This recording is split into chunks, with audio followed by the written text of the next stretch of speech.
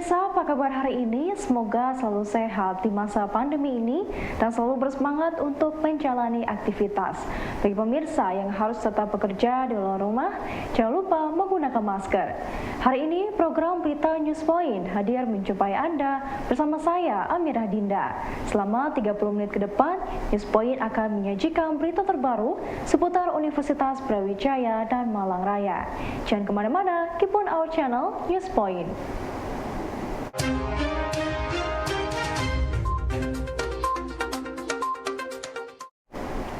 Pemirsa, dua mobil dari tim Apate Elang Perkasa UB menjalani technical inspection di ajang Shell Eco Marathon 2022 di sirkuit Pertamina Mandalika.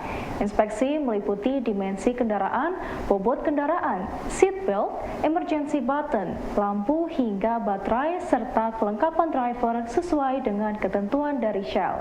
Mobil yang lolos inspeksi akan masuk trek dan mencoba sirkuit Mandalika.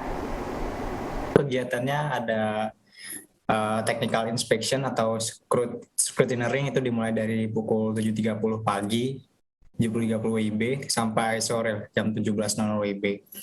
Terus dari kalau siangnya itu ada track walk, istilahnya itu track walk itu mengelilingi lintasan lah, untuk mengetahui lintasannya itu seperti apa dan bagaimana kondisinya, itu dari driver sama manajernya yang melakukan track walk.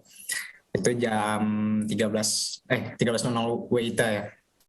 Terus kalau untuk persiapannya untuk besok, tentu saja persiapan untuk technical inspection, apakah dari mobilnya itu udah sesuai regulasi atau belum, itu dimulai dipersiapkan dari hari ini, seperti bodi, sasis, maupun dari energinya itu seperti apa. Karena kan kami sekarang menggunakan dua kategori ya, motor listrik sama hidrogen.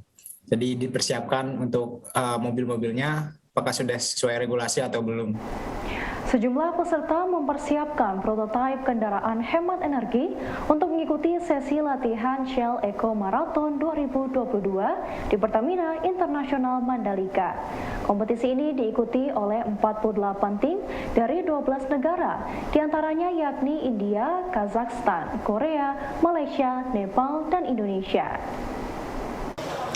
Kami dari Shell merasa sangat bangga ya melihat kemajuan yang sudah dicapai oleh tim Apate. Kami menyadari bahwa ambisi untuk mencapai net zero emission atau carbon neutrality itu tidak mungkin dicapai oleh industri saja, tapi juga oleh institusi pendidikan dan juga oleh pemerintah. Jadi kami sangat bangga bahwa mahasiswa Fakultas Teknik Universitas Brawijaya sudah memikirkan pencapaian untuk masa depan dalam membantu pemerintah dan juga industri mencapai net zero emission. Perguruan tinggi di Indonesia ada 20-an, negara-negara yang akan hadir itu ada 11 negara di luar Indonesia.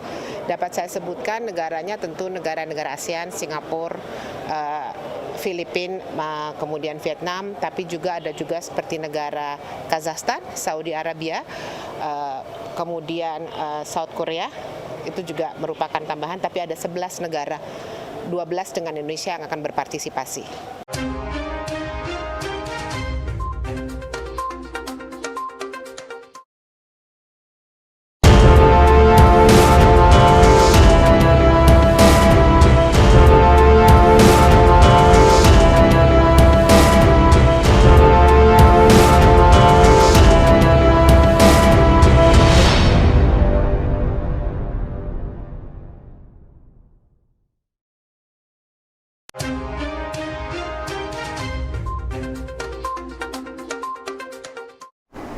Untuk mengakomodasi kebutuhan alumni maupun mahasiswa UB untuk mendapatkan pekerjaan, Direktorat Pengembangan Karir dan Alumni bersama UB menggelar Brawijaya Career Expo 2022. Dengan diikuti oleh 37 perusahaan nasional, para peserta yang hadir dapat mendaftar secara online untuk mendapatkan tiket dan masuk di area Career Expo. Acara Brawijaya Future Festival ini merupakan kolaborasi antara EMUB tahun 2020 2022 dengan tim DPKA atau bagian sivitas AK Alumnian, yang mana untuk acara job fair sendiri ini dengan judul Brawijaya Career Expo. Seperti untuk kerjasama dari perusahaan ini kita dibantu oleh tim DPKA karena ini merupakan acara tahunan dari DPKA sendiri. Jadi untuk perusahaan ini dilobi oleh tim DPKA dan dari mereka menawarkan MOU seperti itu Kak. Dan untuk bentuk kerjasamanya karena sudah dari tahun ke tahun, jadi mereka sudah langganan gitu Kak untuk datang ke acara ini. Setelah sempat sebelumnya dilakukan secara online akibat pandemi COVID-19, Brawijaya Career Expo dapat dilaksanakan kembali secara luring selama 2 hari di Gedung Samanta Krida UB. Tidak hanya berpartisipasi untuk pencari kerja saja, namun perusahaan juga memberikan beasiswa pasca sarjana dan lembaga kewirausahaan kepada mahasiswa dan alumni. Bedanya karena kemarin itu pandemi ya Kak. Nah akhirnya setelah 2 tahun pandemi ini kita adakan lagi secara offline, karena sebelumnya itu sudah ada acara job fair tapi masih secara online Kak. Jadi untuk pertama kali setelah pandemi akhirnya kita mengadakan lagi acara job fair atau karir festival ini secara offline, karena kita masih dalam pasca pandemi. Di sini juga kita tentunya menerapkan prokes, di mana di depan sudah disiapkan untuk hand sanitizer, dan juga setiap pengunjung yang datang ke acara karir fair ini diwajibkan untuk memakai masker dan juga menjaga maskernya supaya tidak copot seperti itu Pak. Untuk selain job fair di sini ada presentasi dari perusahaan, mana nanti tiap perusahaan itu ada waktu tertentu untuk melakukan presentasi dan juga promosi mengenai perusahaannya. Kemudian juga di sini kita ada selain job fair karir, di sini juga ada beasiswa yang bisa diikuti oleh teman-teman dari UB ataupun dari luar UB. Fakultas Ilmu Sosial dan Ilmu Politik UB melaksanakan penandatanganan perjanjian kerjasama dengan Kumparan.com. Wakil Rektor Bidang Kemahasiswaan, Alumni dan Kewirausahaan Mahasiswa UB, Profesor Abdul Hakim berharap penandatanganan perjanjian kerjasama yang berjalan selama 5 tahun ini dapat ditindaklanjuti dengan menyesuaikan kebutuhan mahasiswa dan dosen. Tentu akan membawa nama besar FISIP ke eksternal ya, eksternal UB maupun internal UB. Itu yang saya harapkan. Kemudian juga ada berbagai bentuk katakanlah pendidikan dan pelatihan untuk mahasiswa FISIP yang terkait dengan tugas dari Kumparan itu ya. Jadi saya memang selalu menekankan jangan cuma setelah tanda tangan MOU lalu tidak jelas kelanjutannya, tindak lanjutnya seperti apa. Itu yang paling penting ya. Oke, nanti saya berharap para wakil dekan terkait itu yang akan menindaklanjuti. Kalau itu sasarannya mahasiswa, tentu nanti yang menindaklanjuti WD3. Tapi kalau sasarannya misalnya dosen, nah itu mungkin WD1 yang akan mengkoordinir kegiatannya.